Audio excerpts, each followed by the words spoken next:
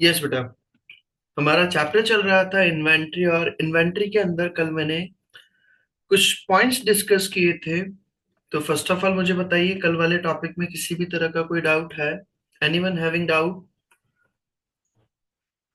No sir. नहीं है। कल हमने फर्स्ट ऑफ ऑल इन्वेंट्री का मीनिंग डिस्कस किया था। इन्वेंट्री का मतलब क्या होता है? जो भी आपके पास में गुड्स वगैरह रखा होता है सेल आउट करने के पर्पज से, तो उसको हम इन्वेंट्री कहते हैं। फिर हमने उसका काउंटिंग जब हमें करना होता है तो दो तरीके हमने पढ़े थे। या तो हम पीरियड एंड काउंटिंग करते हैं, या फिर कंटिन्यूअस इन्वेंट्री का रिकॉर्ड रखा जाता है। उसके बाद में फिर मैंने नेक्स्ट टॉपिक डिस्कस किया था अनसोल्ड स्टॉक, मतलब ये अनसोल्ड गुड्स। तो अनसोल्ड गुड्स का मतलब क्या होता है? ईयर के एंड में जो स्टॉक बचा होता है उसको हम कहते हैं क्लोजिंग स्टॉक। फिर उसके बाद में हमने पढ़ा था cost of goods sold. Cost of goods sold हमें जब निकालना होता है तो वो कैसे निकलता है? Opening inventory plus purchase minus closing inventory. अगर आपकी मैन्युफैक्चरिंग इंडस्ट्री है तो अगर प्रोडक्शन वगैरह में और कोई खर्चा हुआ है तो वो भी ऐड हो जाएगा। इसी बेसिस पे मैंने इलस्ट्रेशन नंबर 1 कवर अप करा दिया था। और फिर उसके बाद में मैंने ओपनिंग इन्वेंट्री और क्लोजिंग इन्वेंट्री की जनरल एंट्री करके बताया था। ओपनिंग इन्वेंट्री के केस में हमारी एंट्री क्या बनेगी? डेबिट कॉस्ट ऑफ सेल्स और क्रेडिट इन्वेंट्री अकाउंट, क्योंकि करंट ईयर के अंदर हमारा ओपनिंग इन्वेंट्री सेल कर दिया है। तो हमारा कॉस्ट ऑफ सेल्स क्या होगा? बढ़ेगा। और इन्वेंट्री को हमें कवर अप करना है। तो debit cost of sales account और credit inventory account. Closing inventory जब हमारा अगर आता है ईयर के एंड में, अगर स्टॉक बचता है तो उसके केस में हम एंट्री करते हैं डेबिट इन्वेंट्री अकाउंट, क्योंकि वो हमारा स्टॉक बढ़ाएगा। और credit cost of sales account, क्योंकि हमारा वो कॉस्ट ऑफ सेल्स में से हमें हटाना है, क्योंकि वो अगले साल यूज में आएगा, इस साल वो सेल नहीं हुआ है। यहाँ तक का मैं पढ़ा चुका था बेटा। किसी भी तरह का कोई पॉइंट में डाउट है तो बोले। क्लोजिंग इन्वेंट्री तक के पॉइंट में किसी भी तरह का कोई डाउट हो तो बोले फटाफट। नहीं है। चलिए, इसी के बाद में फिर हम आगे आते हैं नेक्स्ट टॉपिक पर। उसी के बाद में हमारा नेक्स्ट टॉपिक दिया है calculate the value of inventory. हमें जब इन्वेंट्री का वैल्यूएशन करना होता है, उसका अमाउंट फाइंड आउट करना होता है, तो कैसे निकालेंगे? सबसे पहले तो हमें क्वांटिटी निकालनी होती है, उसकी क्वांटिटी कितनी है। और सेकंड पॉइंट हमें निकालना होता है उसका वैल्यूएशन रेट कितना है। The inventory figure comprises two elements. Quantity is normally ascertained by an inventory count at the end of an accounting period or by continuous inventory records, जो हम इन्वेंट्री काउंट करके निकालते हुए कितना स्टॉक हमारे पास बच रहा है। And valuation is much more subjective, so guidance is provided in the IAS 2।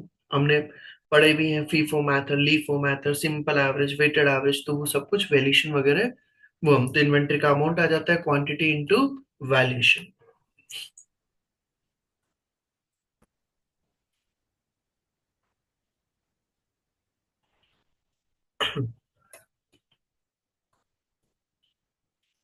फिर हम इसी के अंदर चले। इन्वेंट्री का ओवरव्यू दे दिया हमें। जब हमें इन्वेंट्री का वैल्यू निकालना होता है, अमाउंट निकालना होता है, ओवरव्यू, तो उसके अंदर हमें दो चीजों की रिक्वायरमेंट होती है, एक तो क्वांटिटी की और एक वैल्यूएशन की। क्वांटिटी जब हमें निकालनी होती है तो दो तरीके से निकाली जाती है, तो कंटिन्यूस इन्वेंट्री रिकॉर्ड से, और या फिर इन्वेंट्री काउंटिंग करेंगे हम पीरियड एंड होने पर, या कभी भी उसको इन्वेंट्री को काउंट किया जाता है। फिर सेकंड पॉइंट लिखा हुआ है वैल्यूएशन जब हमें करना होता है तो हम वैल्यूएशन किस पर करते हैं? उसकी कॉस्ट प्राइस और एनआरवी। एनआरवी मतलब नेट रियलाइजेबल वैल्यू। उस स्टॉक को सेल करने से हमें कितना अमाउंट रियलाइज होगा, वो हमारा कहलाता है नेट रियलाइजेबल वैल्यू। तो हमें जब इन्वेंट्री का वैल्यूएशन करना होता है तो उसकी कॉस्ट प्राइस और एनआरवी दोनों में से जो कम होगा। सो कॉस्ट कैसे निकाली जाएगी? All cost to get item to the current location in the current condition. Business में करंट लोकेशन पर करंट कंडीशन में लाने तक जो भी खर्चे होते हैं वो सारे खर्चे आप कॉस्ट के अंदर इंक्लूड करते हैं। अगर मान लो आपका प्रोडक्ट की एक्चुअल कॉस्ट अगर दे रखी है, एक्चुअल कॉस्ट मतलब कि कुछ प्रोडक्ट्स ऐसे होते हैं जो इंटरचेंजेबल नहीं होते हैं। फॉर एग्जांपल मान लो कूलर है, और मेरे पास 10 तरह के अलग अलग टाइप के कूलर पड़े हुए हैं, तो क्या मैं एक कूलर की रेट दूसरे कूलर में अप्लाई कर सकता हूँ क्या? तो वहां पर फिर हम क्या करेंगे? एक्चुअल कॉस्ट कंसिडर करेंगे। और कुछ प्रोडक्ट्स ऐसे होते हैं जहां पर डीम्ड कॉस्ट अप्लाई की जाती है। जैसे फॉर एग्जांपल मान लो मेरे पास शुगर है, ऑयल है, तब इसमें शक्कर आती जा रही है कंटिन्यूअसली, ऑयल आता जा रहा है, तो वहां पर रेट्स में वेरिएशन आ रहा है, तो फिर वहां पर हम क्या करते हैं? डीम्ड कॉस्ट फॉलो किया जाता है। और डीम्ड कॉस्ट हमें निकालने के लिए तो हम फीफो मेथड, एवरेज कॉस्ट के अंदर हमने दो तरह के पॉइंट्स पढ़े थे, सिंपल एवरेज प्राइस और वेटेड एवरेज प्राइस। तो मैं क्या बोल रहा हूँ, सिंपल सा हमें दो चीजों की रिक्वायरमेंट है, क्वांटिटी, क्वांटिटी निकालने का तरीका बता दिया, वैल्यूएशन करना है। वैल्यूएशन हमेशा किस पर किया जाता है, कॉस्ट और एनआरवी दोनों में से जो कम होगा। कॉस्ट का मतलब क्या होता है, बिजनेस लोकेशन में, करंट लोकेशन में, करंट कंडीशन में लाने में जो भी आपका एक्सपेंसेस होता है वो सब कुछ आपका कॉस्ट के अंदर इंक्लूड किया जाता है। एक्चुअल कॉस्ट, अगर आपका प्रोडक्ट ऐसा है जो इंटरचेंजेबल नहीं है, जिसको आप रिप्लेस नहीं कर सकते, तो उसमें एक्चुअल कॉस्ट लिया जाता है। अगर प्रोडक्ट इंटरचेंजेबल है तो वहां पर हम डीम्ड कॉस्ट लेते हैं, जिसके अलग अलग मेथड्स है। एनआरवी कैसे निकाला जाता है, सेलिंग प्राइस, आपके प्रोडक्ट की सेल प्राइस कितनी है, माइनस कंप्लीशन कॉस्ट, उसको कंप्लीट कराने में और कितना खर्चा होगा, माइनस सेलिंग कॉस्ट, उसका सेल करने में कितना खर्चा होगा, वो दोनों माइनस कर देंगे, तो जो रिमेनिंग फिगर बचता है उसको हम कहते हैं NRV, net realisable value.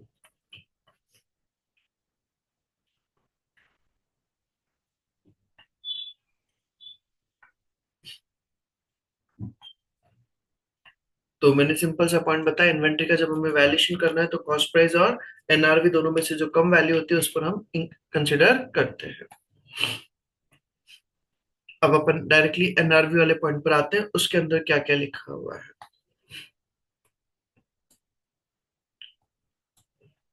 NRV का मतलब बता दिया, net realisable value is the estimated selling price, जो हमारी एस्टिमेटेड सेलिंग प्राइस होती है, तो कि अगर इस गुड्स को हम सेल करेंगे तो कितने रेट पर सेल करेंगे, the ordinary course of business less the estimated cost of completion and the estimated cost necessary to make the sale. उसको सेल करने में और उसको कंप्लीट कराने में जो खर्चा होगा माइनस कर देंगे, तो हमारा क्या आ जाएगा, नेट रियलाइजेबल वैल्यू। कैसे निकाला जाता है, estimated selling price minus estimated cost to completion, estimated selling and distribution cost. इन दोनों चीजों को हम अगर माइनस कर देंगे तो जो रिमेनिंग फिगर आता है हमारा, वो कहलाता है एनआरडी। इसी की बेसिस पर हमारा एक्टिविटी नंबर 2 दे रखा है, Jessie is trying to value her inventory, Jessie क्या कर अपने इन्वेंट्री का वैल्यूएशन करना चाहता है, and she has the following information available. Selling price दे रखा है आपको कितना, $35। Cost incur to the date, आपका ऑलरेडी अभी तक का यहाँ तक का खर्चा हो चुका है कितना, $20 का। And cost of work to complete item, और आपका कंप्लीट कराने में आइटम में आपका कंप्लीशन कॉस्ट बैठेगा कितना, $12 का। और सेलिंग कॉस्ट पर आइटम बता दिए कितना, $1। आपसे पूछा है what is the net realisable value. तो एनआरवी वैल्यू हमें निकालनी है, तो कैसे निकालूंगा, सेलिंग प्राइस दे रखी है 35, उसमें से कंप्लीशन कॉस्ट हमें दे रखा है बेटा कितना, $12, और सेलिंग कॉस्ट पर आइटम दे रखा है कितना, $1। दोनों माइनस कर देंगे, 35 में से 13 माइनस किया तो ये कितना आ जाएगा, $22 पर यूनिट। ये मेरा क्या हो जाएगा, एनआरवी। पॉइंट समझ में आ गया बेटा, सभी को क्लियर है एक्टिविटी नंबर 2। एक्टिविटी नंबर 2 तक का पॉइंट क्लियर है। Yes sir. फिर उसी के अंदर लिखा हुआ है नो नेटिंग ऑफ। सर ये नो नेटिंग ऑफ का मतलब क्या होता है, भाई हमने पढ़ा inventory will be recorded at price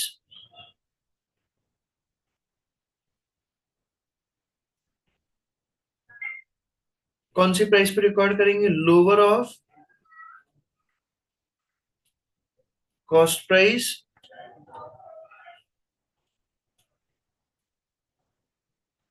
और एनआरवी, दोनों में से जो कम होगा उस पर। सर अब अगर पॉइंट ये आता है तो कि मेरे पास अगर मान लो 5 टाइप्स के आइटम रखे हैं, प्रोडक्ट आइटम 1,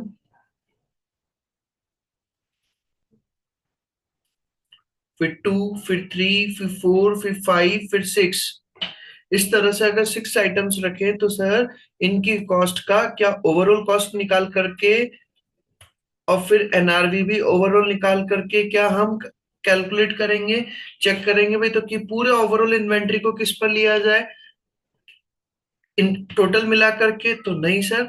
हमें जब भी इन्वेंट्री का वैल्यूएशन करना होता है तो हम आइटम बाय आइटम देखते हैं, one by one item.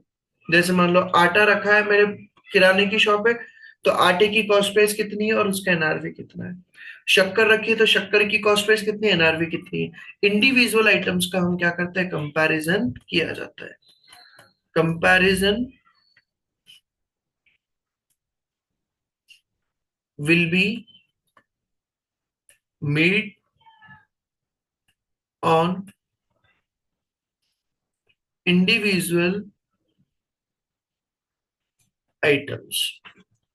Comparison जो किया जाएगा वो इंडिविजुअल आइटम्स पर किया जाएगा, नॉट इन लमसम फॉर्म। ये नहीं तो क्या आप पूरे स्टॉक का एक साथ कॉस्ट निकाल लो, एक साथ आप क्या कर दें, एनआरवी निकाल लो और फिर उसको कंपेयर करके भी दोनों में से जो कम है वो नहीं। तो वही चीज यहाँ पर बताया, देयर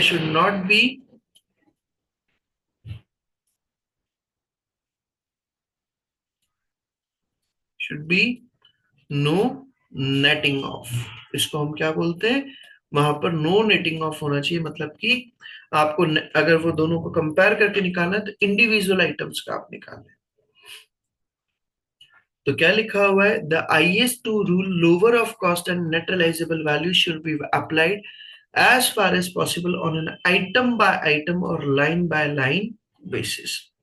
आप आइटम बाय आइटम को कंपेयर करेंगे, लाइन बाय लाइन को कंपेयर करेंगे।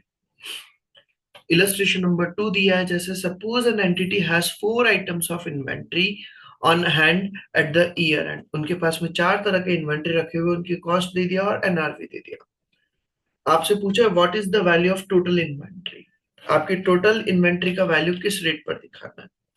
तो मैंने क्या बोला, हमें इन्वेंट्री को 1 बाय 1 कंपेयर करना है। ये नहीं तो कि भाई हमारे 4 इन्वेंट्री 1 2 3 4, इसकी ओवरऑल कॉस्ट अगर हम देखें तो ओवरऑल कॉस्ट तो हमें कितनी दे रखी है, 113, और ओवरऑल एनआरवी दे रखा है हमें कितना, 135। तो भाई दोनों में से जो कम है वो ले लो, ऐसा नहीं होता सर, गलत हो जाएगा। 113 भाई सही है, भाई 113 कम हो रहा है ओवरऑल कॉस्ट ओवरऑल एनआरवी से, तो भाई आप इसको कंसिडर कर ले, तो नहीं, गलत होगा। हमें क्या करना होगा, इंडिविजुअली 1 बाय 1। लाइक आपका 27 प्रोडक्ट आइटम नंबर 1, तो प्रोडक्ट आइटम नंबर 1 के अंदर आपका कॉस्ट दे रखा है 27 और एनआरवी दे रखा है $32। तो दोनों में से कम क्या है, 27, तो $27 कंसिडर कर लिया। प्रोडक्ट 2 की अगर मैं बात करूं, कॉस्ट दे रखी है 14 और एनआरवी दे रखा है 8, तो क्या कंसिडर कर लिया, 8।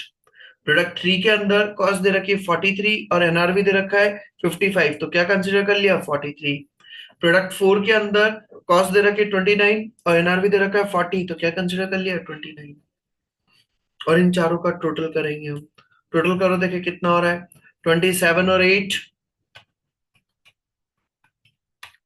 प्लस 43 प्लस 29, कितना हो रहा है, 107।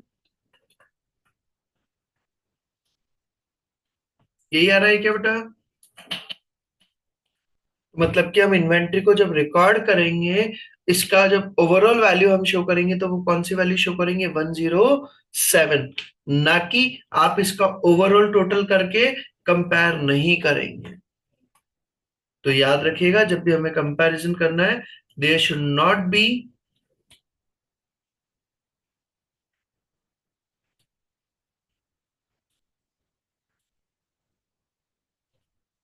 Comparison overall, it will be compare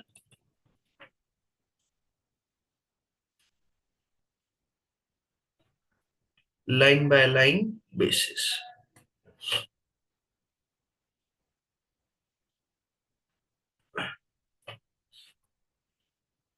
यहां तक का point clear, no netting off, समझ में आ गया भाई यहां तक का पॉइंट।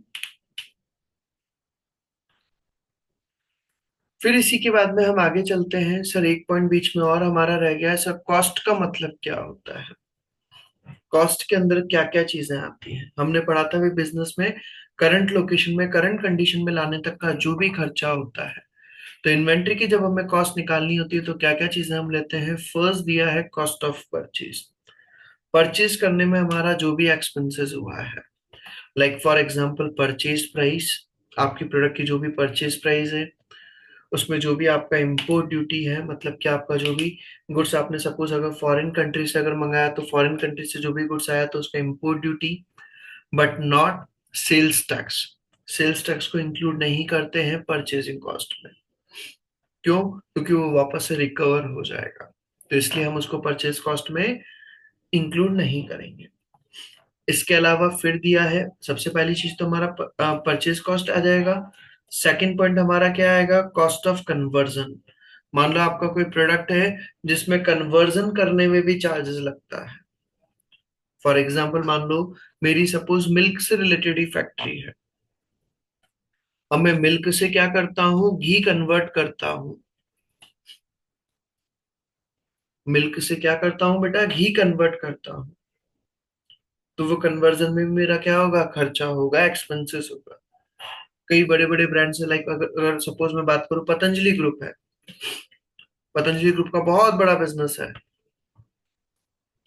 तो वो जो कन्वर्जन का कॉस्ट होगा प्रोडक्शन से रिलेटेड, डायरेक्ट लेबर, डायरेक्ट या वेरिएबल ओवरहेड्स वगैरह जो होंगे, and allocation of fixed overhead based on normal level of activity. मतलब कि फिक्स्ड ओवरहेड्स को भी हम लेते हैं लेकिन एक नॉर्मल लेवल ऑफ एक्टिविटी तक। मतलब कि जैसे सपोज मान लो डेप्रिसिएशन है,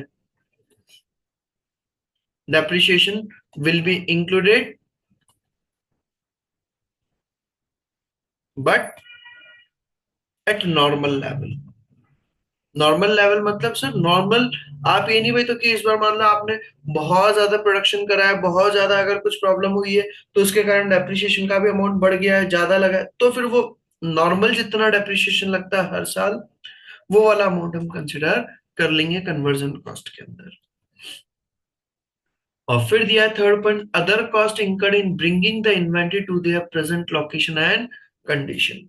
बिजनेस में प्रेजेंट लोकेशन में, प्रेजेंट कंडीशन तक लाने में और कोई अगर खर्चा होता है तो वो खर्चे को भी हम क्या कर देंगे? कॉस्ट के अंदर इंक्लूड करेंगे। कैरिज इनवर्ड, मेरा गुड्स आ रहा है उसमें मैंने भाड़ा वगैरह दिया, तो वो भी हमारा इसके अंदर इंक्लूड किया जाएगा। तो प्रोडक्ट की जब हमें कॉस्ट निकालनी होती है तो कॉस्ट निकालने के अंदर हम तीन चीजें लेते हैं: परचेजिंग कॉस्ट, कन्वर्जन कॉस्ट और अदर कॉस्ट। बिजनेस प्लेस में लाने तक का जो भी हमारा खर्चा हो रहा है वो सब भी हम इंक्लूड करेंगे। तो इसी की बेसिस पे मेरी एक्टिविटी नंबर 1 दे रखा है, according to the IS2 international accounting standard two inventory which of the following should not be included in determining the cost of an inventory of the entity. जब हमें एंटिटी की अगर inventory की value अगर find out करनी है तो उसमें क्या क्या चीजें हमें इंक्लूड नहीं करनी चाहिए, should not be include. First point दिया लेबर कॉस्ट, इंक्लूड करेंगे नहीं करेंगे बेटा? करेंगे सर। करेंगे। सेकंड पॉइंट दिया transport cost to deliver goods to the customers. आपने कस्टमर के घर तक गुड्स पहुंचाने का जो डिलीवरी चार्ज है, ट्रांसपोर्ट चार्जेस है, क्या वो इन्वेंट्री के कॉस्ट में इंक्लूड करते हैं क्या? No sir. नहीं करते। वो हमारा क्या हो गया? इनडायरेक्ट कॉस्ट हो गया। मैंने यहाँ पर क्या बोला है आपका? Bringing the inventory to their present location and condition. Present location मतलब बिजनेस प्लेस में लाने तक का। बिजनेस में कुछ तैयार होने के बाद में आप कस्टमर के घर तक पहुंचा रहे हो तो वो हमारा इनडायरेक्ट कॉस्ट का पार्ट होगा। तो ये वाला पॉइंट आएगा एक तो। थर्ड पॉइंट दिया एडमिनिस्ट्रेटिव ओवरहेड्स, क्या इसको हम इन्वेंट्री की कॉस्ट में लेंगे क्या बेटा?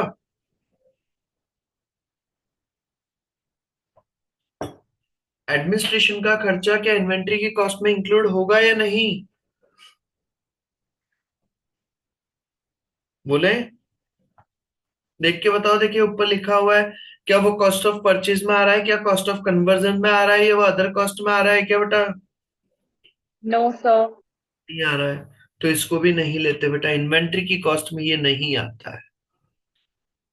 एंड फोर्थ पॉइंट दिया डेप्रिसिएशन ऑन फैक्ट्री मशीन। तो मैंने अभी हाल बताया था fixed overheads up to normal level of activity, fixed overheads based on normal level of activity. तो डेप्रिसिएशन वगैरह दे रखा है तो नॉर्मल डेप्रिसिएशन होगा तो उसको हम इंक्लूड करेंगे कि बेटा इन्वेंट्री की कॉस्ट के अंदर। क्लियर पॉइंट ये? तो यस। फर्स्ट पॉइंट तो हमारा इंक्लूड होगा,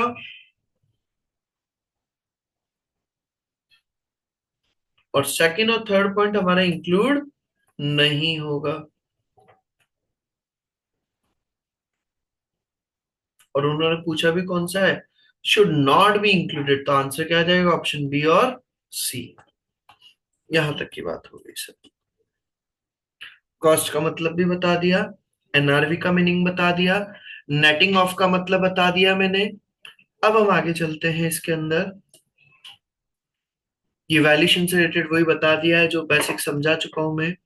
बेसिक रूल क्या है आईएस टू इन्वेंटरी का, inventory should be measured at lower of cost and net realisable value. भाई हम इन्वेंटरी को क्या करते हैं, कॉस्ट और एनआरवी दोनों में से जो कम वैल्यू होती है उस पर हम शो करते हैं। सर ऐसा क्यों किया जाता है भाई, क्योंकि अगर आप इन्वेंट्री को अगर ज्यादा रेट पर दिखाओगे तो वो अमाउंट एक्चुअली में रियलाइज तो ना हुआ है आपको, वो तो आप जब गुड्स सेल करेंगे तब रियलाइज होगा। तो हम उसको दोनों में से जो कम वैल्यू होती है उस पर शो करते हैं, क्योंकि हमारा प्रूडेंस प्रिंसिपल हमने पढ़ा था, कंजर्वेटिज्म प्रिंसिपल, जिसके अंदर हमने पढ़ा था फ्यूचर में अगर कोई प्रॉफिट होना है तो जब तक वो रियलाइज नहीं हो जाता तब तक हम उसको बुक्स में रिकॉर्ड नहीं करते, बट फ्यूचर में अगर कोई लॉस होने वाला है तो उसकी हम प्लानिंग करना स्टार्ट कर देते हैं। So this is an example of prudence in presenting financial information. As a general rule, assets should not be carried at amount greater than those expected to be realized from their sale or use. Assets वगैरह को हमें उसको sale करने से जो amount expected है उससे ज्यादा वैल्यू पर हमें शो नहीं करना चाहिए। In the case of inventory this amount could fall below cost, और अगर इन्वेंट्री वगैरह क्या हो जाती है, अगर इस तरह की अगर हो गई है तो कि वो कॉस्ट से भी अगर नीचे चली जाती है, व्हेन आइटम्स आर डैमेज और बिकम ऑब्सोलेट। ऑब्सोलेट होना मतलब आउटडेटेड हो जाना, फैशन से चेंज हो गया है। अगर आपका गुड्स वगैरह क्या हो गया, डैमेज हो गया है या ऑब्सोलेट वगैरह हो गया है, या फिर कंप्लीशन कॉस्ट वगैरह अगर बढ़ गया तो हो सकता है फिर आपका कॉस्ट जितना बैठ रहा है उससे कम हमारा क्या हो जाए, एनआरवी हो जाए, कॉस्ट से भी कम मुझे पैसा रियलाइज हो। तो बेसिकली हमें यहाँ पर बताया the principal situation in which NRV is likely to be less than cost.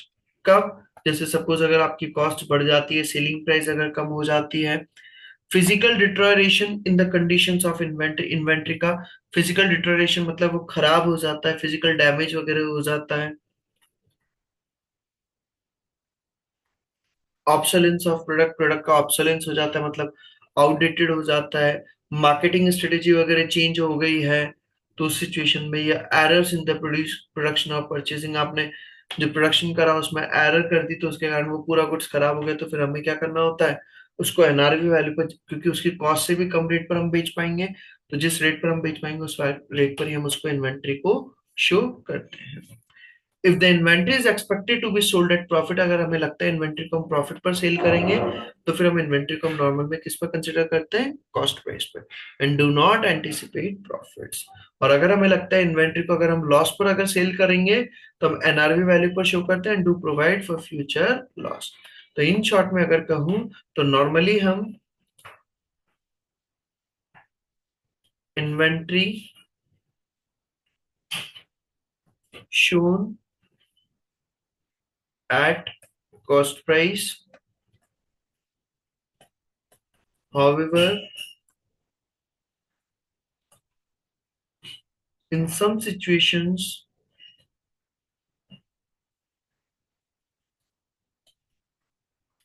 if value of inventory NRV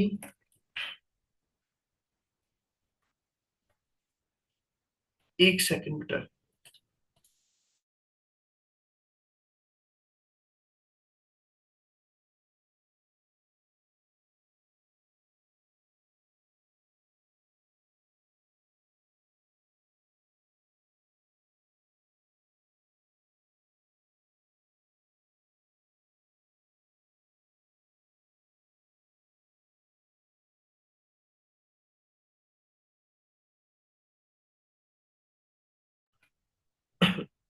तो नॉर्मली हम इन्वेंट्री को क्या करते हैं बेटा, कॉस्ट प्राइस पर शो करते हैं, बट कुछ सिचुएशंस के अंदर हम इन्वेंट्री को क्या करते हैं, if the value of inventory NRV is less then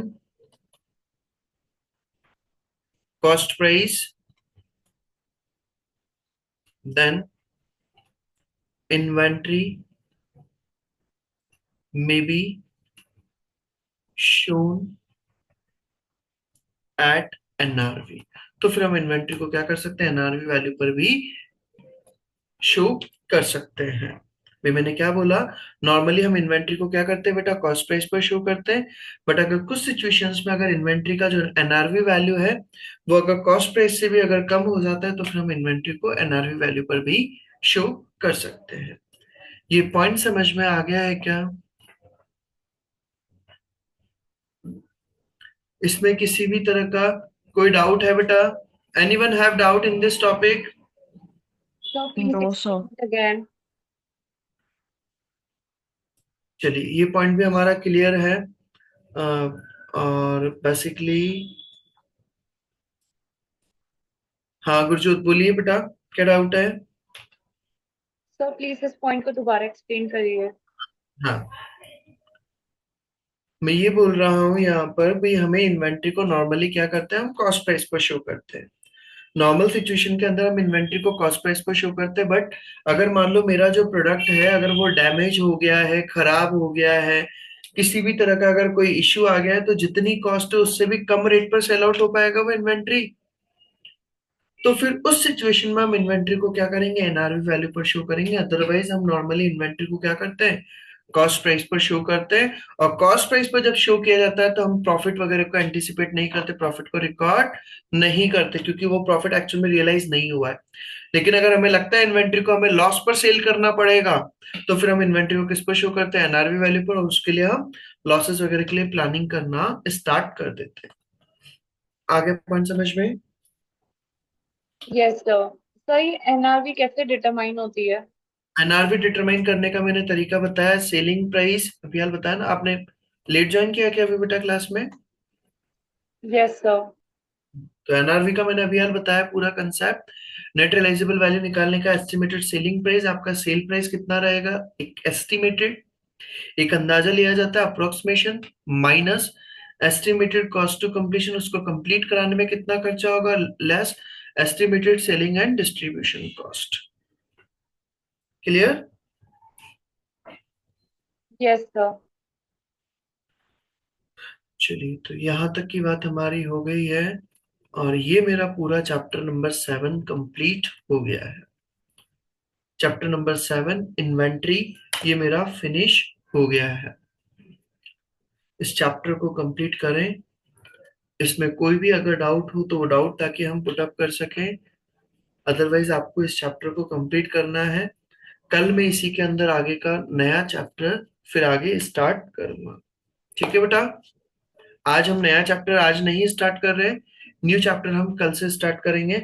आज का आप पहले इसको यहाँ तक का कंप्लीट कर लीजिए। Is it clear? Excuse me, sir. Yes बोलिए। तो कल वो एक्टिविटी वाला जो क्वेश्चन था ना, जो वेटेड एवरेज से भी करके देखना था, तो आई ट्राइड इट सर। उसमें लाइक ना पॉइंट में जब रेट आती है तो ना एक आधा ना थोड़ा फर्क आता है आंसर में, 1 या फिर 2 रुपीज का। तो सर अगर एग्जाम में ऐसा कुछ होगा तो फिर उसमें मार्क्स वगैरह डिडक्ट हो जाएंगे क्या? नहीं होता।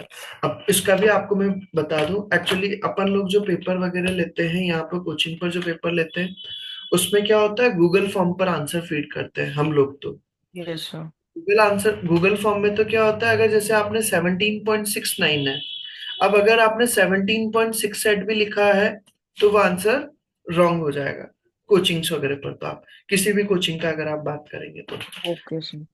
क्योंकि हम लोग सॉफ्टवेयर परचेज नहीं कर सकते, वो सॉफ्टवेयर बहुत महंगे आते हैं, 10-10 लाख रुपए के सॉफ्टवेयर।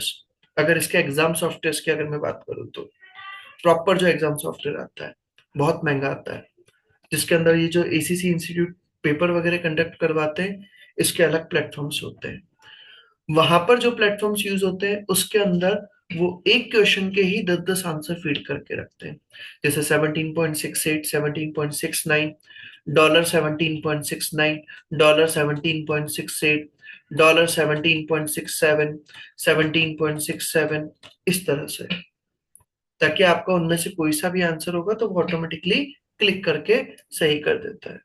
मतलब सर वहां पे इश्यू नहीं होगा अगर एक दो मतलब से उसका डिफरेंस आएगा तो? कोई दिक्कत नहीं आती इसमें। Okay, thank you sir.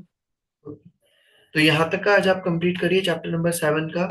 साथ में अब प्रैक्टिस बुक में भी अपने अभी तक के मैं 5 to 6 चैप्टर, 6 चैप्टर्स मैंने कंप्लीट करा दिए हैं, 1 से लेकर 5 तक के, और 7 चैप्टर ये। तो आप अब साथ के साथ में प्रैक्टिस बुक के भी क्वेश्चंस कवर करना स्टार्ट करिए। मैं आपको आज एक बार प्रैक्टिस बुक में ग्रुप में मैसेज कर दूंगा कौन कौन से चैप्टर के क्वेश्चंस करने हैं, तो वो भी क्वेश्चंस आप करते जाइएगा ताकि उसके भी फिर हम डाउट्स डिस्कस करेंगे। ठीक ओके है, सर। चलिए बाकी का हम कल करते हैं सेम टाइम पर। ओके बेटा, thank you everyone. Thank you, sir.